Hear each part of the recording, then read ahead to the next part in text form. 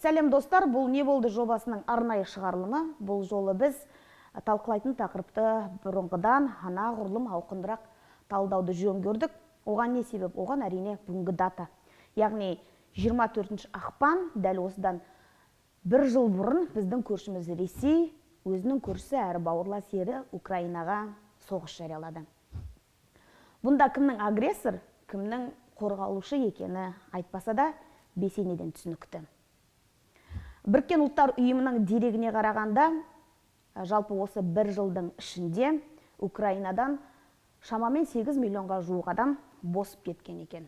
Ал 13 ақпандағы деректері бойынша соғыс алаңынан Украина жақтан шамамен 13 мыңнан астам әскери өлсе, 8 мыңға жуық бейбіт тұрғын қаза тапқан екен. Ал Ресей жағынан нақты ақпараттар жоқ, өйткені олар жасырып отыр. Бастапқы кезде Ресей Украина территориясының 27% жаулап алған болса, тойтарыс кезінде Украина оның 5% қайтара алды. Қазірде біршама әрекет етіп жатыр. Бұны енді бұл жағын қалай тактика жүріп жатыр, соғыс алаңы қалай, қаншалықты қиын, қаншалықты шабуылдар жасалып жатыр, бұл жағын енді біздің сарапшылар талдайтын болады. Ал менің айтпағым, жалпы бұл материалды жасаудағы басты мақсатымыз не болды? Басты мақсатымыз бұл әрине бұның Қазақстанға да қандай да бір салдары бар ма, қауіп бар ма деген сұраққа жалпы жауап алу. Өйткені әрине бұл соғыс бізден 3,5 мың қашықтықта бөтен елде болып жатқан сияқты көрінеді, бірақ менталдық тұрғыдан бұл бізге өте жақын соғыстың бірі деп айтуға болатын шығар. Себебі біз бұдан Қазақстан сабақ алуымыз керек. Міне, осы сұраққа біз сарапшылармен бірге жауап береміз. Жалпы бұнда көтерген сұрақтарымыздың біразы бәлкім сіздің ойыңызда да жүрген болуы мүмкін. Айталық, Ресейден бізге шынында да қауіп бар ма? Егер қауіп болатын болса, қандай да бір көршілерімізден, онда біздің қазақ әскері бізді қаншалықты қорғауға қауқарлы? Тағы бір ең басты сұрақ, батыс ғалымдары, батыс сарапшылары мынандай бір теорияны айтып жатыр. Бұл 21 ғасырдың соғысы емес, бұл 20 ғасырдың соғысы, яғни кеңес одағы белгілі бір жағдайларда жоғарғы деңгейде қан төгіссіз аяқталған сияқты көрінеді.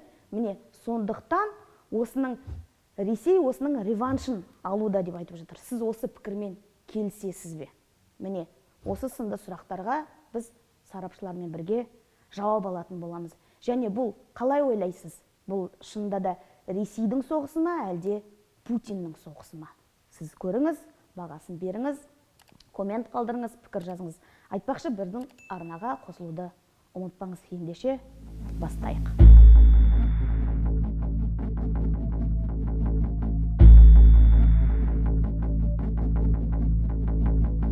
Өкінішке қарай, Шығыс Европада, тіпті тұтас Европа кеңістігінде Екінші дүниежүзілік соғыстан кейінгі ең ауқымды майданға, соғысқа куә болып жатырмыз қазір. Бір жылдың ішінде жалпы әскери стратегиялық тұрғыдан бірқатар өзгерістердің болғанын атап өтуге болады. Біріншіден, бұл майданда қазір екі жүйенің технологиясы, әскери әдіс айласы сынға түсіп жатыр. Алғашқы 3 айда, мысалы, Украина қарулы күштерінің қолындағы техниканың бері айтқанда 90-95% Ресейден немесе Кеңес одағы кезінде жасалған техникалар болса, кейіннен мамырдан кейін шілдеге қарай еуропалық және батыс үлгісіндегі техникалар келе бастады. Және бұл жерде біз байқайтынымыз, соғыстың тез арада аяқталуына түрлі бюрократияның кедергісін байқаймыз. Яғни Украинаға батыс мемлекеттері жеткізіп беруге тиісті қарулар әртүрлі компанияның, әртүрлі мемлекеттердің құқықтық талаптарына байланысты кешігіп жатыр. Соның кесірінен өкінішке қарай майданда екі жақтан да адам шығыны көп. Басқа елдер көмектеседі саған, егер сен өз-өзің күрессең ғана. Егер күреспесең, саған ешкім көмектеспейді. Бұл түгел мемлекетте, жалпы түгел тарихта да солай болған. Ленд-лизде да көмек берілді, егер СССР Москвені беріп қойып, 1941 жылда Гитлерға Москвеге беріп қойса, мысалы, Сталин кетіп қалса, онса ленд-лиз болмаушы еді дегенде сияқты. Енді бір жыл өтті. Қарап отырмыз қазір, көмек азайды ма? Азайған жоқ. Мысалы, мен бірақ қана бір вывод жасап отқаным, мына соғыстың жалғасу әлі ұзақ. себебі екі сторона, екі жақтан соғысу желание жағынан да және мүмкіндік жағынан да пределына жеткен жоқ әлі. Ну, Россия вначале имела, в принципе, превосходство, то есть и в авиации, и в сухопутной технике, допустим, танки, БМП, всякие БТР, скажем так, авиация, это вот истребительная авиация, бомбардировщики всякие, там, штурмовики фронтовые, вот эти, которые, то есть и она вначале их использовала. Плюс, конечно, вот эти крылатые ракеты «Калибр», то есть, которые запускались из Каспийского моря, и, то есть, с территории Белоруссии по некоторым данным, то есть, из самой территории России, то есть, запускались как крылатые ракеты, так и ракеты ОТРК, то есть, оперативно-тактические. Вот. Ну, в общем, то есть она это имела, и насколько, скажем так, она продвинулась за год, ну, наверное, только вот по крылатым ракетам, то есть не особо, то есть по авиации можно сказать, что она меньше стала ее использовать, потому что все-таки украинцы были до войны, то есть, скажем так, до 22 года, вот, они были, ну, завалены вот этим ПЗРК, то есть переносными зенитными ракетами именно ручного, то есть получается, что то есть они начали массово терять, скажем так, и авиацию, и вертолеты, кстати, вот. Об этом, то есть мало почему-то говорилось, там и вот эти распиаренные, там, допустим, российские вертолеты К-52, то есть вот эти все, они, то есть, падали, они сбивались, и МиГ-28, то есть, которые как бы к началу войны были все модернизированы, скажем так, которые считали, что они вот на уровне, как и американская техника. Если сухопутную технику взять, то здесь, конечно, как раз таки вот больше всего она и начала модернизироваться, потому что она, то есть непосредственный контакт имеет сухопутная техника. Если вопрос решать если кардинально, то те же танки «Армата», которые они презентовали еще где-то в 2014 либо 2015 году, вот, в это время, то есть они бы, то есть эти танки могли бы что-то решить, но их сейчас нет, и, соответственно, Россия теряет свою технику и людей. Вот. Насчет Украины, можно сказать, что Украина то же самое, то есть у них техника также досталась им от Советского Союза, те же танки Т-72, но по большей части у них были танки Т-64, которые производились на территории самой Украины, отчасти, ну, в советское время. По этой причине, скажем так, у них было отставание, и вся техника тоже была выбита по большей части, поэтому Украине пришлось просить помощи у западных стран. В частности, но им, конечно, помогли именно, если сухопутную технику брать, вот те же «Хамви», то есть, потом вот какая-то легкая бронетехника, то есть по типу вот то, что им передали вот такие всякие Макс Про, то есть вот эти МРАПы, то есть они, конечно, хороши именно для разведки либо диверсионных групп, соответственно, то есть проводить разведку, там, скажем так, как-то, как, скажем, в свое время Бауыржан Момышұлы, то есть как бы малыми группами атаковал вот эти немецкие, скажем, подразделения, вот для таких целей вот эти легкие машины хороши, то есть их можно применять, но если враг, конечно, скажем так, возьмет вплотную, то эта техника также будет уничтожена, и, соответственно, Украине сейчас нужны, ну, те же танки, то есть поэтому она просит танки, допустим, те же «Леопарды», не знаю, либо «Абрамсы», то есть то, что Запад может им дать. Насчет авиации, то есть ну, у Украины вначале что-то летало, сейчас ну, практически ничего такого не летает, если честно. Вот. Но при этом у Украины, конечно, были беспилотники, те же «Байрактар», которые распиарились во время войны между Азербайджаном и Арменией. Вот. Они, да, вот они, конечно, были в начале, и они тоже как бы оказывали медийный эффект, медийный такой, и только больше пропагандистский, конечно, потому что любое оружие, конечно, можно уничтожить.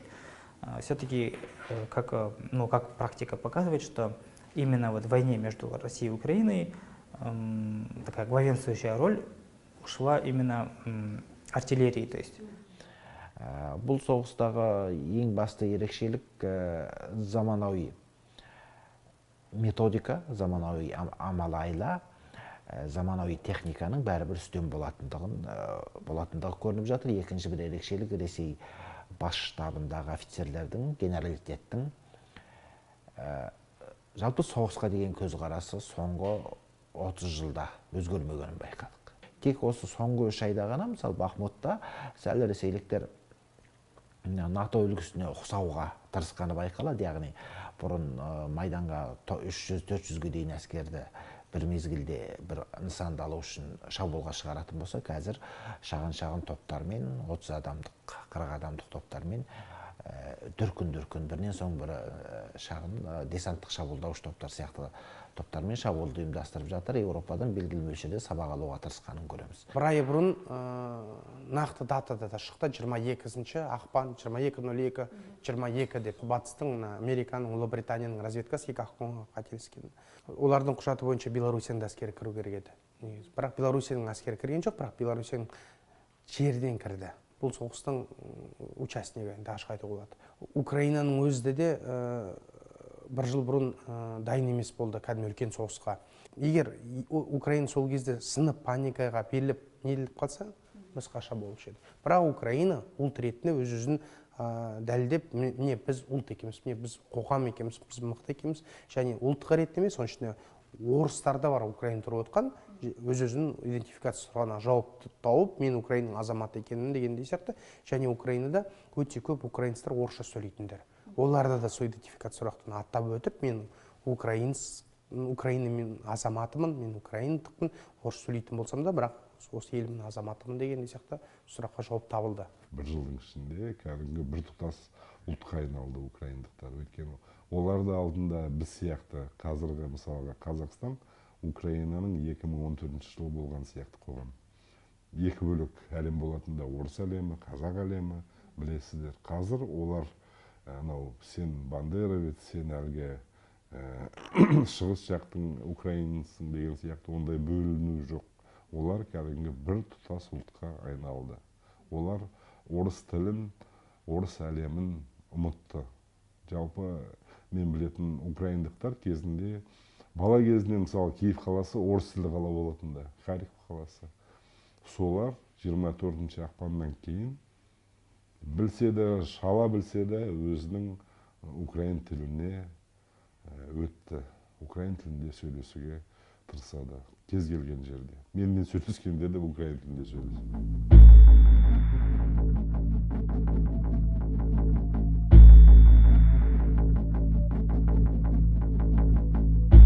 Ресей шынымен мынандай бір қауіпті ел өзінің көрінісіне шабуыл жасай алады.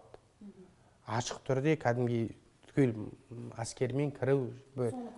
Иә, ол прецедент бір емес, екеу үшеу бар мысалы, Молдавиядағы Приднестровье, Грузиядағы, Украинадағы сияқты. Ол өте үлкен қауіп бізге алып келіп отыр. Біздің қоғамда поляризация жүріп отыр. Байқасақ, біздің қоғамда бір не Ресей үшін, бір не Украина үшін, және екеу сондай болып тұрып, екеу бірлерімен пікір ауыса алмайды. Екеу эмоция кіріп, айқайласып кетеді, не бір стол отыра алмай кетеді. Ол соғыс алыстап отыр деп айтамыз, бірақ міне біздің елдің екі азамат бірлерін тыңдай алмайды. Міне оның да әсері. Біз не түйдік дейтін болсақ, әлбетте Қазақстан, бұл Орыстан бірінші кезекте бейбітшіліктің маңызды екенін түйді деп білем. Қандай да бір қақтығыстарға жол бермеу үшін дипломатия және дипломатия. Бірақ дипломатия жұмыс істеп жатқан кезде сіз қарулы күштеріңізді қоғамның бірлігін бәрбірдағы бекемдеп нығайта беруіңіз керек. Және бәрбірдағы заманауи техника керек. Бізге бірінші кезекте дрондар көп керек болады. Сонымен қатар бронды техниканың жетілдірілуі керек болады. Және әуе қорғанысы күштерінің мықты болғаны керек болады. Соның ішінде зымыранға қарсы қорғаныс жүйесі маңызды. Әскерлеріміздің, біздің генералдарымыздың жартысынан көбі Ресейдің академияларын, Ресейдің әскери училищеларын бітірген азаматтар. Олар өзінің тілін де білмейді. Олар үшін президент Тоқаев емес, Назарбаев емес, олардың президенті Путин.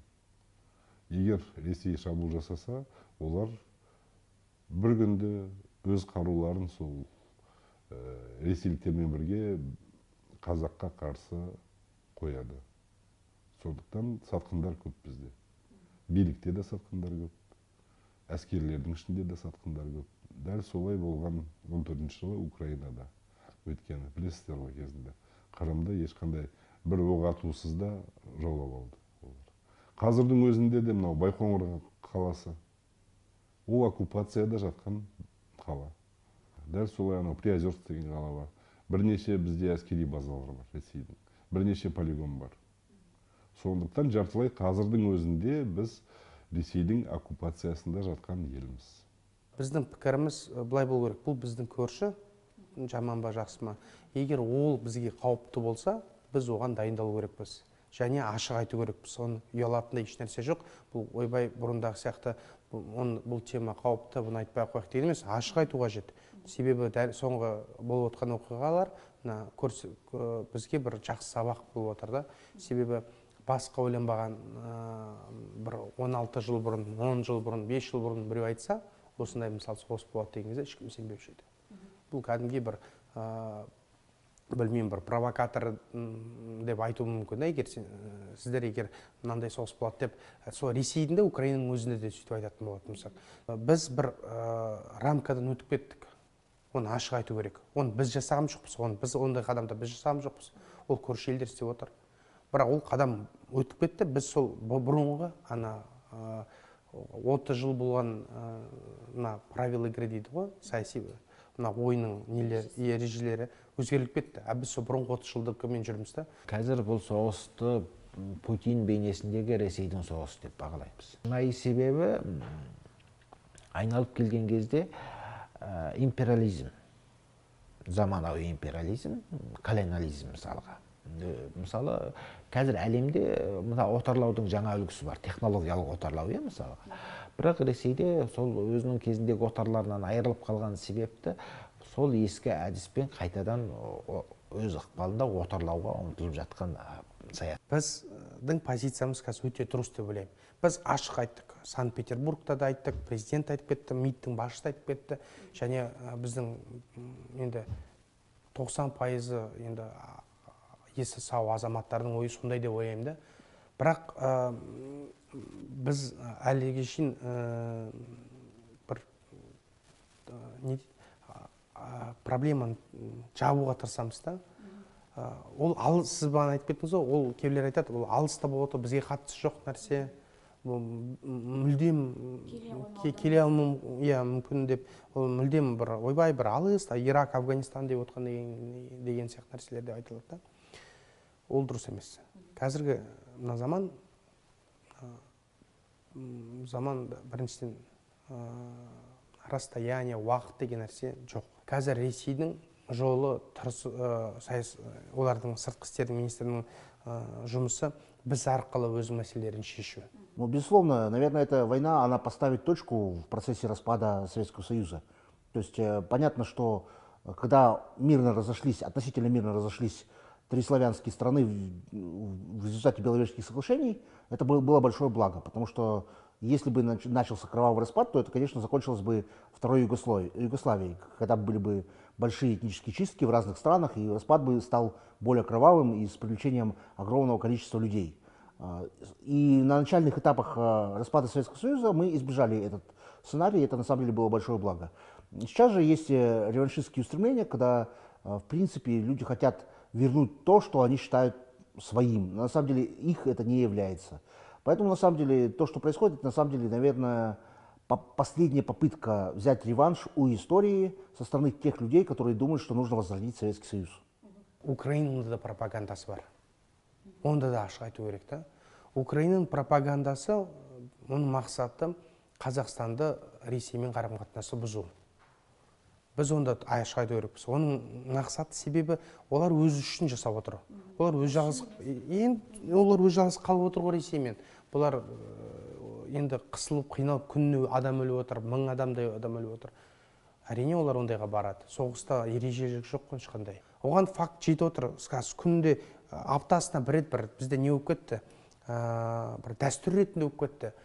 Ютубта, ТикТокта, басқа әлеуметтік желілерде Украинаның блогерлары Қазақстанның азаматтарымен сөйлеседі. Қазақстанның азаматтары көбінесе қазақ емес, ішінде бір қазақтар да бар, бірақ көбінесе қазақ емес. Я Россия келсін, я мен Ресейді қолдаймын, я бұл Қазақстан жер емес, мен Ресейдің азаматымын дегенде сияқты ашық айтып отыр. Сосын олар украинецтер оны қазақтарға береді, қазақтар оны интернетте шулайды, жамандайды, ұлтаралық қарым-қатынасы нашарланады.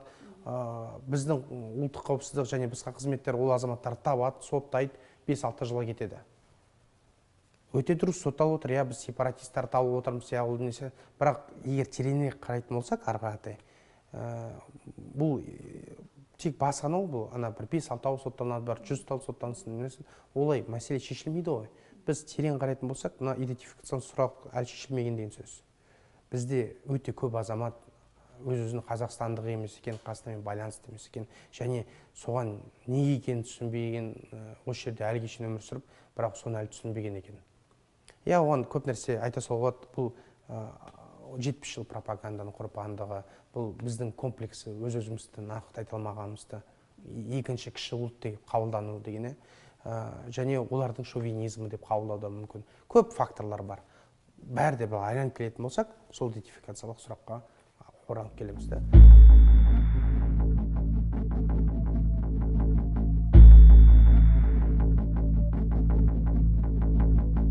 Егер біздің жерімізге жау келетін болса, независимо Қытай болсын, орыс болсын, біз де украиндар секілді қорғанысамыз. Бірақ өкінішке орай бізде Қазақстанда әскер бар деп айта алмаймын.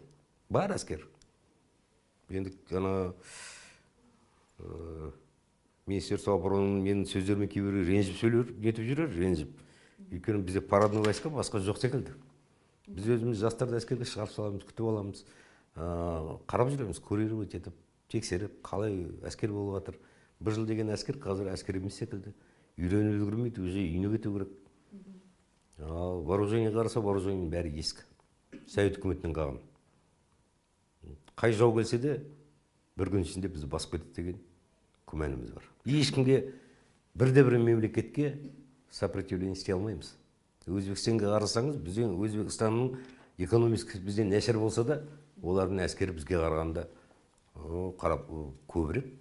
Елімізде 18 миллион адам болса, сол 18 миллионның бір 8-9 миллион біздің енді өзіміздің ұлттас қазақтар. Сол 8 миллионның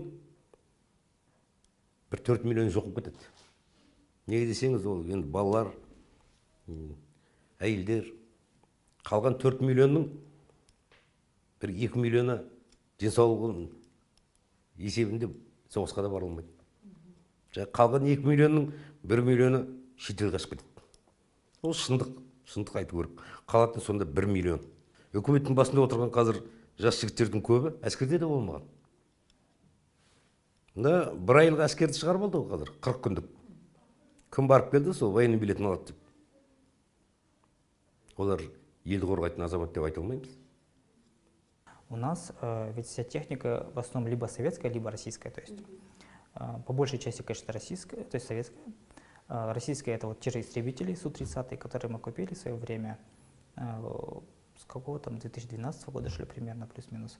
Вот, это тоже российские, то есть, и плюс они были закуплены в рамках ОДКБ, соответственно, там как бы считается, что по внутренним ценам как бы для России, но при этом никто не говорит о том, что там система опознавания, то есть свой-чужой, на этих истребителях стоит такая же, как и Россия, то есть как и в России. Соответственно, в случае, смотрите, у нас же единая система, и в случае, если будет российский истребитель и наш истребитель, он будет, то есть изначально по умолчанию будет считать, что российский истребитель — это друг, то есть союзник, он не будет рассматривать его как врага. То есть тут такой момент есть. Соответственно, плюс есть еще такой момент, что программное обеспечение для этих истребителей создавала Россия, и, возможно, где-то есть кнопка отключения ее, то есть, возможно, то есть даже... Мы не знаем. Да. То есть, если, как в свое время Сельчук Байрактар сказал уже, что в интервью, что вот ему задали вопрос, что вот вы продаете беспилотники разным странам, а вдруг это, то есть если эти беспилотники будут применены против Турции. Он сказал, что мы позаботились о безопасности, и если надо, вот мы их отключим. То есть, если они их отключат, то ни один наш истребитель просто не взлетит в воздух. Почему мы сами не сдаем, у нас мозгов не хватает? Создать оружие? Ну да, в частности, мозгов, опыта, квалификации. 30 лет мы что делали? Просто ремонтировали. И у нас на хранении где-то 1000 танков есть. Сейчас используется в армии где-то 300, еще где-то 700 есть на хранении, плюс-минус.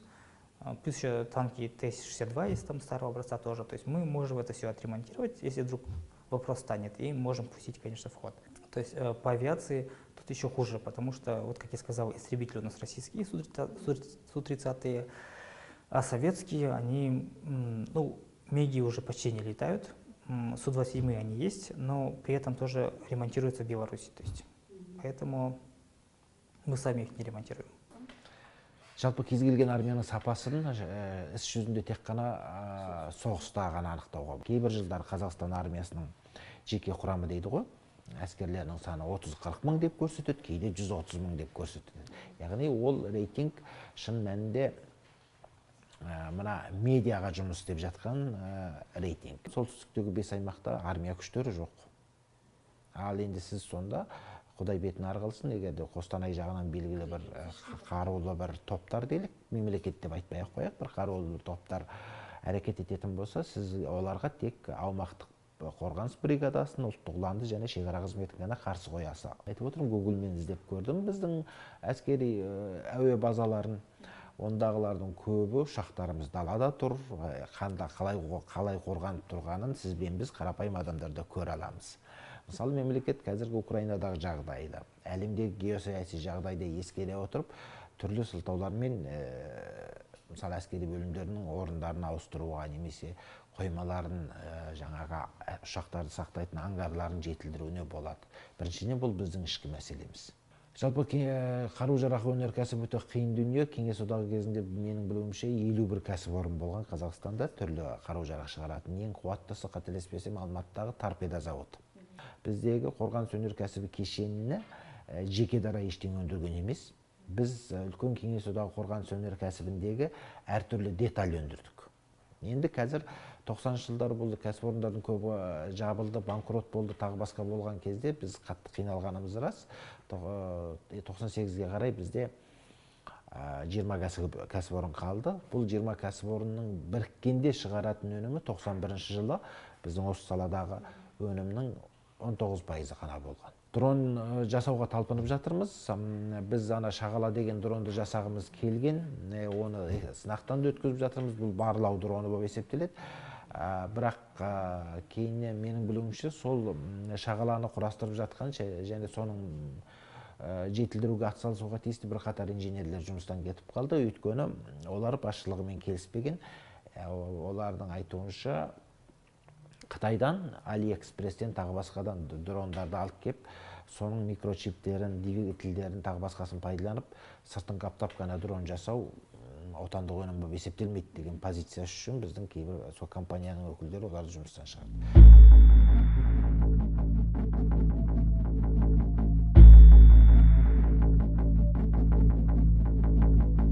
Жай болжам, мен өз басым, Украина өзінің жерін толық азат етеді деп болжайым. Бұл оптимистік болжам, бірақ мәселені екінші нұсқада бұл Қырымды алмайды. Қырымға әскер кіргізбей, сол Қырымнан құрлыққа шығатын жолға дейін, сол жарға дейін азат ету мүмкін. Бірақ шабуыл қай жақтан басталады, қашан басталады әзірге белгісіз. Биыл жазда менің өз болжамым бойынша Мелитопольға қарай шабуыл болатын шығар. Жазға қарай Украина тарапынан. Ресей қазір қуатты шабуылды ұйымдастыру мүмкіндігінен айырылып бара жатыр. Егерде әскерін тез-тез жинап, техникасын жеткізіп, шабуыл ұйымдастырғысы келсе, онда бәлкім мына осы қазіргі соғыс болып жатқан Бахмут маңынан солтүстікке қарай шабуылдайтын шығар. Бірақ Белоруссия қаупінің бар екенін ескеру керек. Ол жақта көп уақыт жаттығулар жүріп жатыр. Егер ол жақтан шабуыл кіретін болса, былтырғыдай нәтижелі болмайды, Киевке дейін бара алмайды. Ал енді соғыстың мерзімі мына түрмен 25 жылға дейін созылып кете ме деп қауіптенемін мен өз басым. Самая глобальная война – это Вторая мировая, безусловно. Она поменяла ход истории. И главное то, что после Второй мировой войны появилось ядерное оружие, которое сделало так, что следующая война, она будет уже, условно говоря, как шутили, что если будет Третья мировая война, то она будет ядерной, а четвертая будет уже на дубинках. То есть это приведет, столкновение великих держав, оно не могло бы привести к хорошему результату. Оно бы закончилось ядерной войной, и, соответственно, это было бы плохо для всех. Я думаю, что до ядерной бомбы не дойдет. Скорее всего, есть разные сценарии. То есть все люди адекватные, все понимают, что попытка развивать ядерную бомбу закончится очень плохо для всех. И угроза применения ядерной бомбы — это всего лишь, на самом деле, такой мелкий шантаж, на самом деле, который в реальности не осуществится. На самом деле война — это в нынешней ситуации это вообще плохое явление. То есть со времен вообще со времен начала человечества никогда человечество не жило в мирное время. Только начиная после Второй мировой войны у нас появилось в некоторых частях мира появилось огромный период истории, когда люди жили без войны. И это на самом деле стало благом. То есть когда люди стали жить без войны, оказалось, что можно развивать экономику, можно увеличивать качество жизни, можно делать общество более счастливым, людей более счастливыми, продолжительность жизни увеличивается. А война — это на самом деле пережиток эпохи индустриальной. В революционную эпоху войны, они невыгодны экономически. Они несут огромный ущерб для всех сторон. То есть с точки зрения современной экономики война — это вообще самый невыгодный способ взаимодействия двух или более стран. Мен үшін ештеңе өзгерген жоқ. Ресей жеңілетініне мен осыдан бір жыл бұрын да сенгенмін, қазір де сол қағиданы ұстаймын. Ресей таяқ жеп жатыр. Ресей ыдырайды, Ресей жеңіледі. Өйткені украиндықтар өзінің туған жерін, өзінің елін қорғап жатыр. Сондықтан 10 есе көп болса да ресейліктердің саны, әскерлері қаншама басылым болса да, бірақ та олар нәтижесінде жеңілетініне ешқандай күмәнім жоқ.